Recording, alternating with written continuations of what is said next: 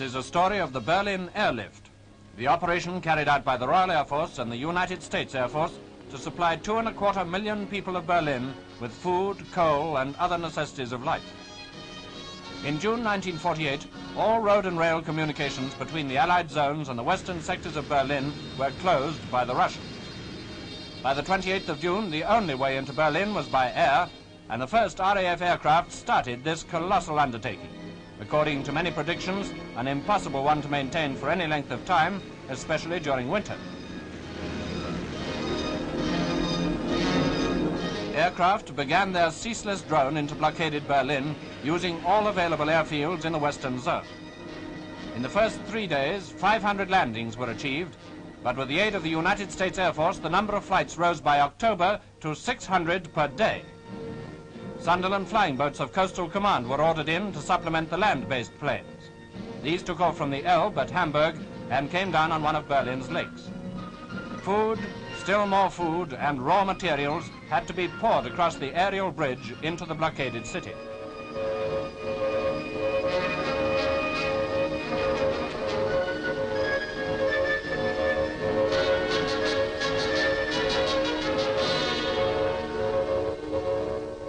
Only one narrow corridor led from the base on the Elbe near Hamburg to the unloading base at Havel Lake in the British sector of Berlin.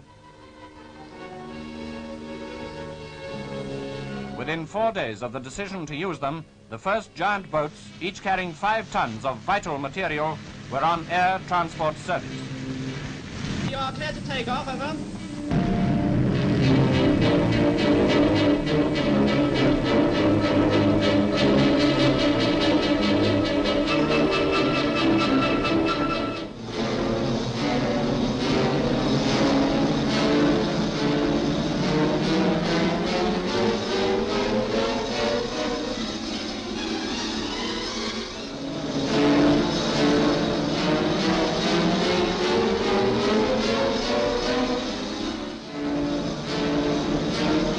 Soon winging their way daily over the port of Hamburg, destination Berlin. Jolly, jolly 6 months, I've got 6 months to last me all my life. I've tuppence to spend and tuppence to lend and tuppence to send home to my wife. No cares have I to bring me, no pretty little girl to receive me. I'm happy as a king.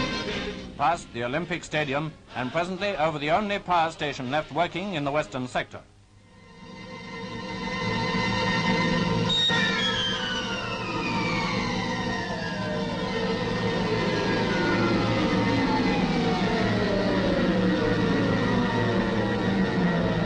Immediately on landing, unloading commences, and the machines are prepared for the return journey.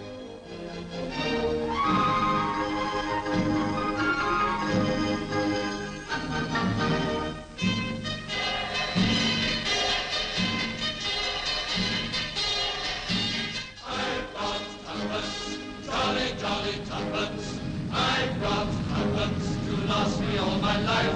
I've tuppence to spend and nothing to lend and nothing to send home to my wife. No cares have I to bring me, no pretty little girl to deceive me. I'm happy as a king, believe me, as I go. On the return trip, exportable freight was carried, and the opportunity taken to remove some of Berlin's sick children for convalescence. Only the very worst weather kept Allied aircraft out of the sky.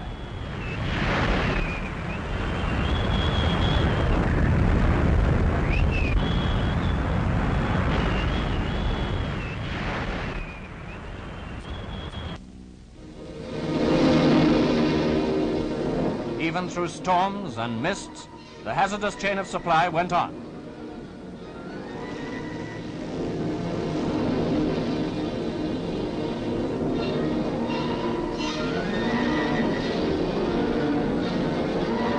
As dusk falls, Sunderland's tie up for the night.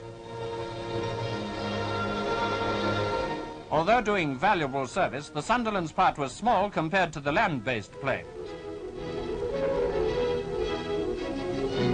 These These indefatigable blockade runners carried on throughout the night and into the dawn.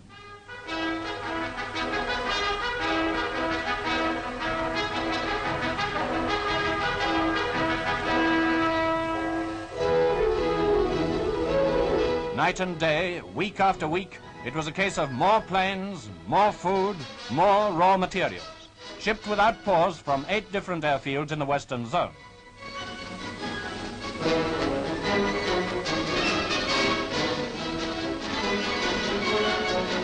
Month after month, the tempo of flights was stepped up, and by Christmas, American and British planes had made 100,000 trips and carried a total of 730,000 tons into Berlin.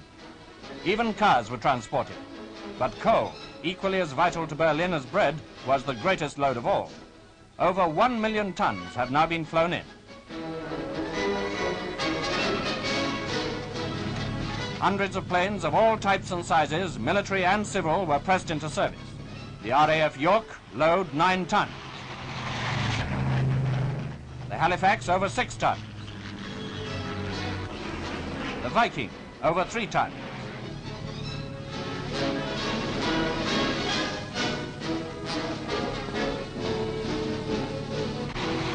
The RAF Dakota, 3 tons. The Civil Tudor, 8 tons. And what the Berliners call the Grosser Tudor, 10 tons.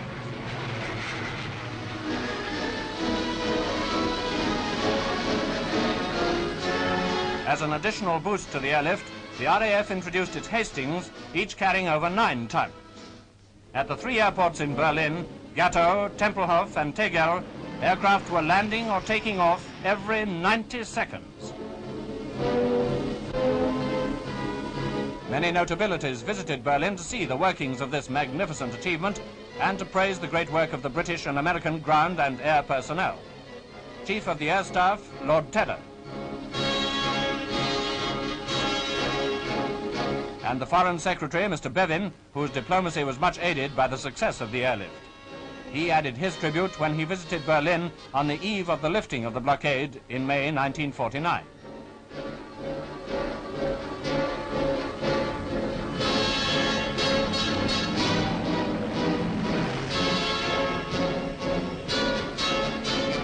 For 10 whole months, a ceaseless stream of Allied aircraft landed in Berlin, where Germans, supervised by British Army personnel, eagerly unloaded the vital supplies.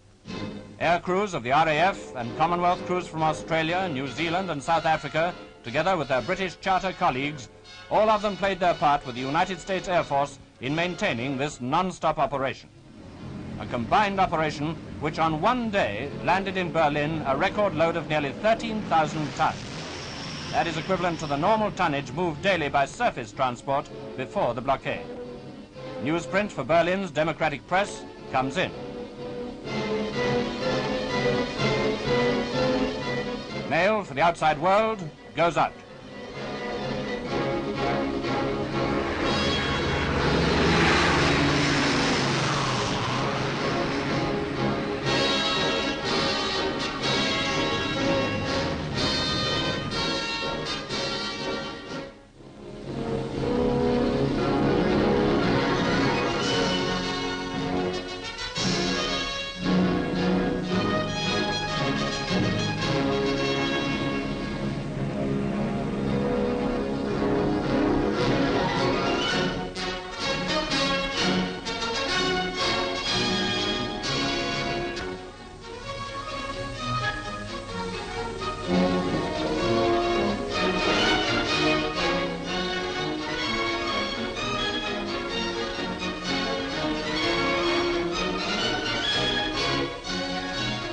Yes, the life of Berlin has been maintained, but not without the loss of 43 airmen who gave their lives in this vital operation, the most outstanding transport achievement in the history of aviation. The airlift carries on.